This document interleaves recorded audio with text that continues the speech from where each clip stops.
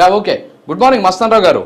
So మొత్తానికి అంటే నిన్న జరిగినటువంటి సంఘటన ఒక పక్క, ఇంకో పక్క పోలీసుల వైఫల్యం అనేది ఏ విధంగా మన కళ్ళ ముందు కనిపించిందని చూసాం. ఎందుకంటే ఇక్కడ నేను కొన్ని ఉదాహరణలు కూడా ఉట్టంకించారు. ఏంటంటే గతంలో ప్రభుత్వ హయాములో ముఖ్యమంత్రి వస్తూ ఉన్నాడు అంటే ఇందాక కూడా వెంకటరెడ్డి గారు చెప్పారు, చంద్రబాబు నాయుడు గారు అలాగే పవన్ కళ్యాణ్ గారు వచ్చారు, 2000 మంది పోలీసులు అక్కడ వాళ్ళని డిప్లాయ్ చేశారని కూడా చెప్పినటువంటి పరిస్థితి. సో నిజంగా జగన్మోహన్ రెడ్డి గారు కూడా వచ్చినటువంటి పరిస్థితి. సో పోలీసులంతా కూడా వాళ్ళ విధుల్లో ఉన్నారు కాబట్టి సో నేను వైకుంఠ ఏకాదశి హడావుడయ్యాక వస్తానని చెప్పేసి జగన్మోహన్ రెడ్డి గారు కూడా చెప్పాలి. ఆయన కూడా ఆ సమయానికి వచ్చినటువంటి పరిస్థితి. సో ఈ ప్రెజర్ అంతా కూడా పోలీసుల మీద పడుతోంది. అది ఒక యాంగిల్.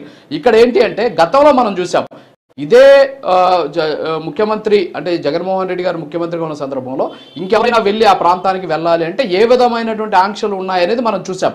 అది నిజంగా పోలీసులు చేశారా అప్పట్లో, లేదు వైఎస్ఆర్ కాంగ్రెస్ పార్టీకి సంబంధించి లేదా ప్రభుత్వానికి సంబంధించిన పెద్దల కనుసరణలో జరిగింది అనేది పక్కన పెడితే స్మూత్గా జరగాలి అనేటువంటి ఉద్దేశంతో అయితే చాలా మందిని కట్టడి చేసినటువంటి ప్రయత్నాలు మనం చూసాం. కానీ ఇప్పుడు అలాంటి పరిస్థితి ఎందుకు రావట్లేదు? అసలు ముఖ్యమంత్రి ఏంటి, ఉప ముఖ్యమంత్రి ఏంటి, అసలు వాళ్ళకు ఉండాల్సినటువంటి ప్రోటోకాల్స్ కానీ తర్వాత సెక్యూరిటీ కానీ ఎందుకని విఫలం అవుతుంది? దీని వెనక ఏమైనా కుట్ర ఉంది అనేటువంటి అనుమానాలు కూడా వ్యక్తమవుతున్నాయి నేను పవన్ కళ్యాణ్ గారు మాట్లాడిన మాటలు బట్టి.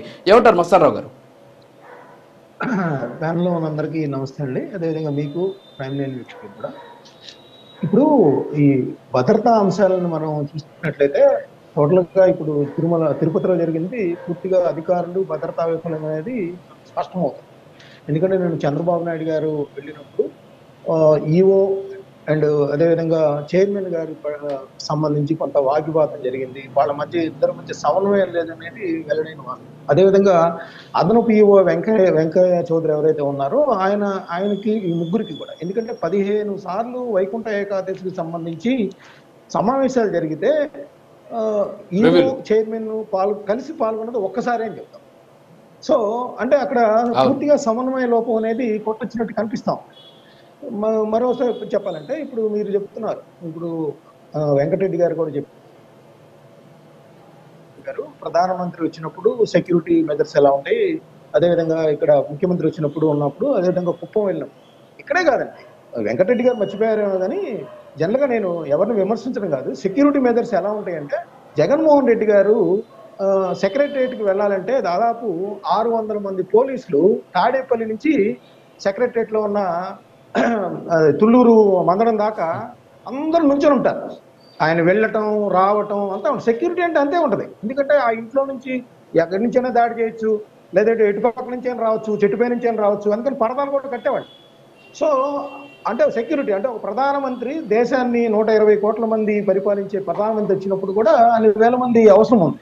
అదేవిధంగా ఆయన చెప్పినట్లు కుప్పంలో 3 రోజుల పాటు అక్కడ ముఖ్యమంత్రి గారు చంద్రబాబు నాయుడు గారి భద్రత కోసం కూడా వాళ్ళు పనిచేసిన పరిస్థితి ఏంటంటే భద్రతా ఏర్పాటు. ఇప్పుడు ఆయన చెప్పారే జెడ్ కేటగిరీలో ఉన్నప్పుడు ఆయనకి ఎలాంటిది ఇవ్వాలి అనేది ఆయన అనుకుంటున్నారో అదే విధమైన పరిస్థితి అందరికీ ఉంటది.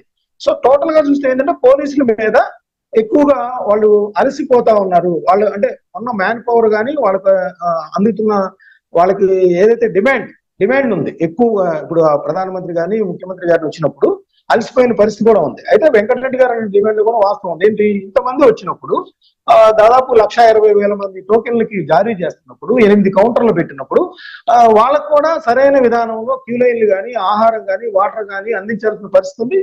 అది అక్కడ లోపించింది అనేది కొంత చెప్తా ఉన్నారు. అయితే నిన్న చంద్రబాబు నాయుడు గారు కూడా అవన్నీ గమనించారు కాబట్టి అటు ఎస్పీని అదేవిధంగా గౌతమిని అదేవిధంగా హర్నాథ్ రెడ్డిని అతన్ని సస్పెండ్ చేశారు.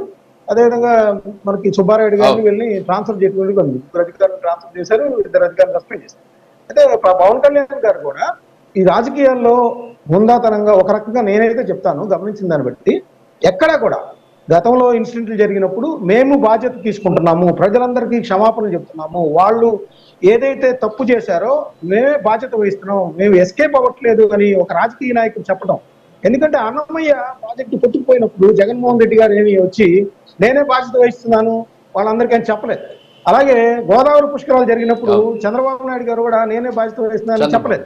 అదేవిధంగా పాపికొండలో 40 మంది బోటు తిరగబడి చనిపోయినప్పుడు కూడా జగన్మోహన్ రెడ్డి నేనే బాధ్యత వహిస్తున్నానని చెప్పలేదు.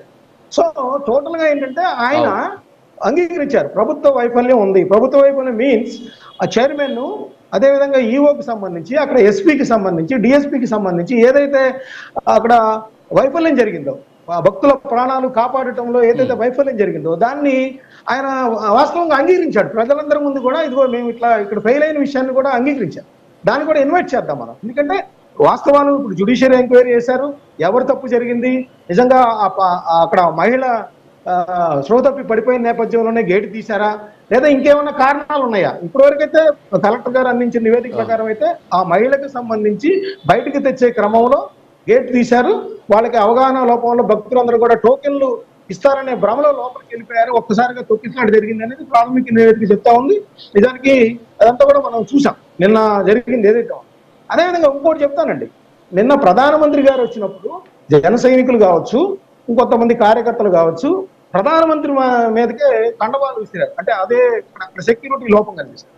అదేవిధంగా నిన్న పవన్ కళ్యాణ్ గారు అక్కడ ఉన్నప్పుడు, ఆయన జడ్పేట్ కేటగిరీలో ఉన్నప్పటికీ కూడా జగన్ గారు అక్కడ రెండు వేరు పార్టీలకు సంబంధించిన వ్యక్తులు, అభిమానులు, అదేవిధంగా కార్యకర్తలు వస్తున్నప్పుడు దాన్ని ఖచ్చితంగా నివారించాల్సిన అవసరం ఉంది, అవాయిడ్ చేయాల్సిన అవసరం ఉంది.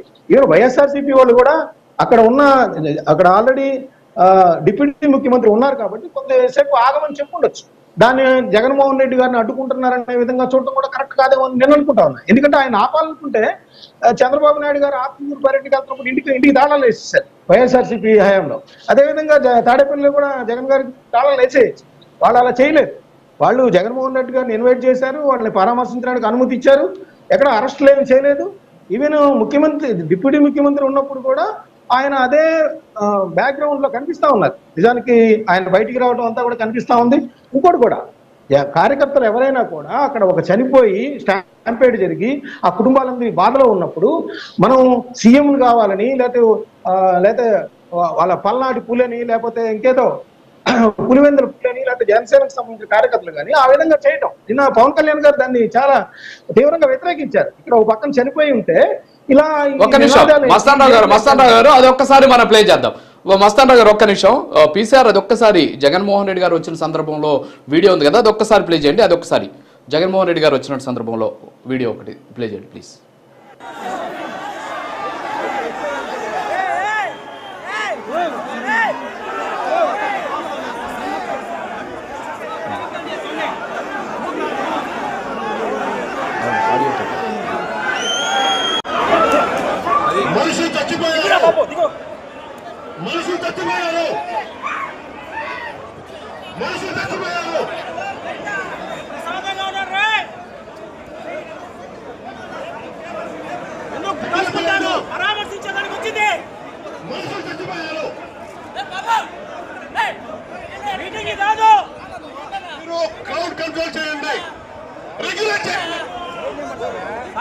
పరామర్శించడానికి మీటింగ్ కాదు.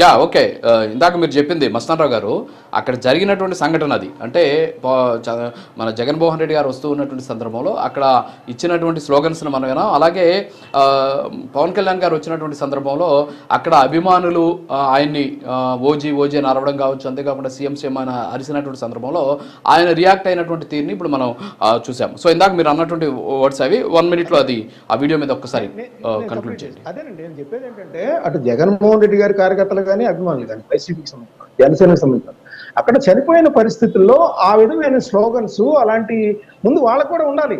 అసలు చనిపోయినారు, వాళ్ళ కుటుంబాలన్నీ బాధలో ఉన్నాయి, వాళ్ళని పరామర్శించడానికి జగన్మోహన్ రెడ్డి గారు అక్కడి నుంచి ప్రతిపక్ష నేత హోదాలో వచ్చారు.